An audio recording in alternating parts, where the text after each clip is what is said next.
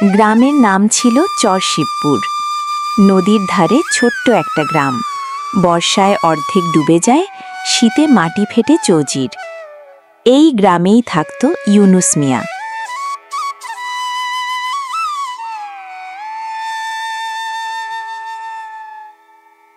তার বাড়ি বলতে টিনের পুরনো চালা, বাঁশের বেড়া, সামনে কাদামাখা উঠান। বৃষ্টির সময় চালা দিয়ে পানি পড়ে, শীতকালে হাওয়া ঢুকে যায়। সংসারে মানুষ ৩ জন: ইউনুস, তার স্ত্রী রাবেয়া আর তাদের মেয়ে লিপি। ইউনুস মিয়া পেশায় দিনমজুর। কখনো ইট ভাঙে, কখনো নদী থেকে বালু তোলে, কখনো আবার দিন যায় কোনো কাজই পায় না। সকালে ঘুম থেকে উঠেই তার প্রথম চিন্তা, আজ কাজ পাবো তো? আর রাতে ঘুমাতে যাওয়ার আগে শেষ চিন্তা, কাল কি খাওয়ামু? কাল কি খাওয়ামো। রাবেয়া খুব চুপচাপ স্বভাবের মানুষ। সে বেশি কথা বলে না, কিন্তু তার চোখে সবসময় একটা চিন্তা লেগে থাকে। চালের হাঁড়ি খালি হয়ে গেলে সে কি করবে?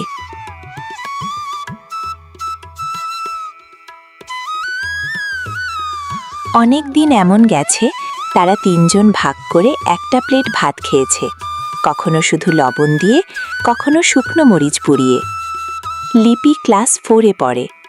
তার খুব ইচ্ছে স্কুলে গিয়ে সুন্দর করে পড়বে, নতুন বইয়ের গন্ধ নেবে, খাতায় সুন্দর করে লিখবে। কিন্তু তার খাতা সবসময় নতুন থাকে না। পুরনো খাতার পেছনের পাতা ছিঁড়ে নিয়ে আবার লেখে। কলম শেষ হয়ে গেলে সে অন্যদের কাছ থেকে ধার নেয়। একদিন স্কুলে শিক্ষক বললেন, আগামী সপ্তাহে সবার নতুন বই আনতে হবে।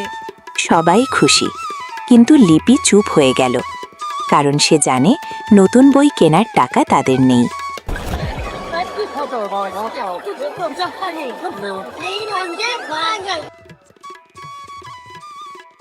সেই দিন বিকেলে লিপি বাড়ি ফিরে মায়ের পাশে বসেছিল, কিছু বলছিল না। রাবেয়া বুঝতে পারল মেয়ের মনে কিছু আছে।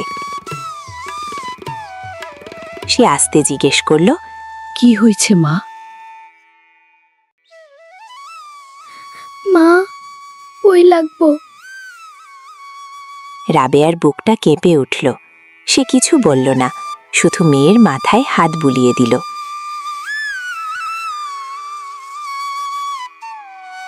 রাতে ইউনুস বাড়ি ফিরল।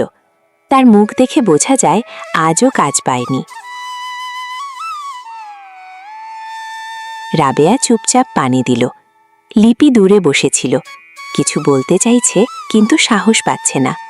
খাওয়া শেষে রাবেয়া ধীরে বলল, লিপির বই লাগবো। ইউনুস চুপ হয়ে গেল। তার পকেটে হাত দিল। মাত্র 50 টাকা। সে জানে এই টাকায় কিছুই হবে না। সেই রাতে ইউনুস ঘুমাতে পারল না। বাইরে চাঁদের আলো উঠানে পড়েছে, কিন্তু তার মাথার ভেতর অন্ধকার। সে ভাবছে, মেয়ার বইটা কেমনে কিনো? মেয়ার বইটা কেমনে কিনুম? পরদিন ভোরে ইউনুস খুব ভোরে বেরিয়ে গেল। আজ সে ঠিক করেছে যেভাবেই হোক কাজ খুঁজে বের করবে। সে বাজারে গেল, ইটভাটায় গেল, মাঠে গেল, কিন্তু কোথাও কাজ নেই। দুপুরের দিকে সে ক্লান্ত হয়ে রাস্তার পাশে বসে পড়ল। ঠিক তখন সে দেখল একজন লোক পুরনো লোহার জিনিস কিনছে। ইউনুসের মাথায় একটা কথা এলো। তার বাড়িতে একটা পুরনো লাঙল ছিল, যেটা তার বাবার সময়ের। এখন আর সেটা ব্যবহার হয় না, কিন্তু সেটা ছিল তার একমাত্র সম্পদ। সে দৌড়ে বাড়ি গেল, লাঙলটা বের করল। রাবেয়া অবাক হয়ে বলল, এইটা কই নিবা? কাজে লাগবো। সে লাঙলটা বিক্রি করে দিল। টাকা পেল খুব বেশি না, কিন্তু তার কাছে সেটা অনেক।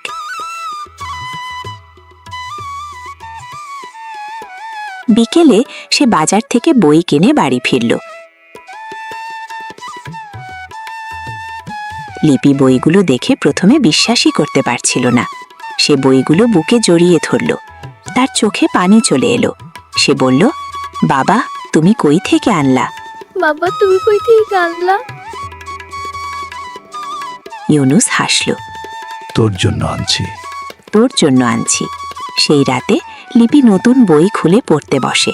তার চোখে এক ধরনের আলো, যে আলো ঘরে ছিল না, কিন্তু তার ভেতরে জ্বলছিল। দিন যায়, লিপি মন দিয়ে পড়তে থাকে। অভাব আছে, কষ্ট আছে, কিন্তু সে থামে না। বছর শেষে পরীক্ষার ফল বের হয়। লিপি পুরো স্কুলে প্রথম হয়। শিক্ষকরা অবাক, গ্রামের মানুষ অবাক।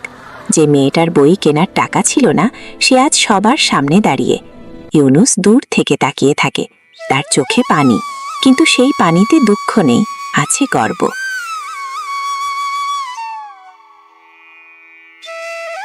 রাবেয়া চুপচাপ দাঁড়িয়ে থাকে। তার মুখে একটা ছোট্ট হাসি।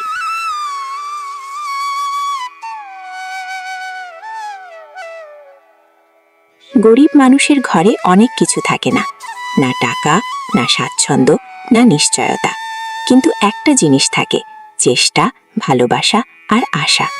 আর যেই ঘরে এই তিনটে থাকে, সেই ঘর কখনো পুরোপুরি নিঃস্ব হয় না।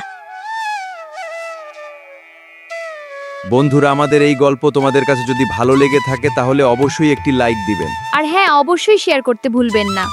আল্লাহ হাফেজ। আল্লাহ হাফেজ।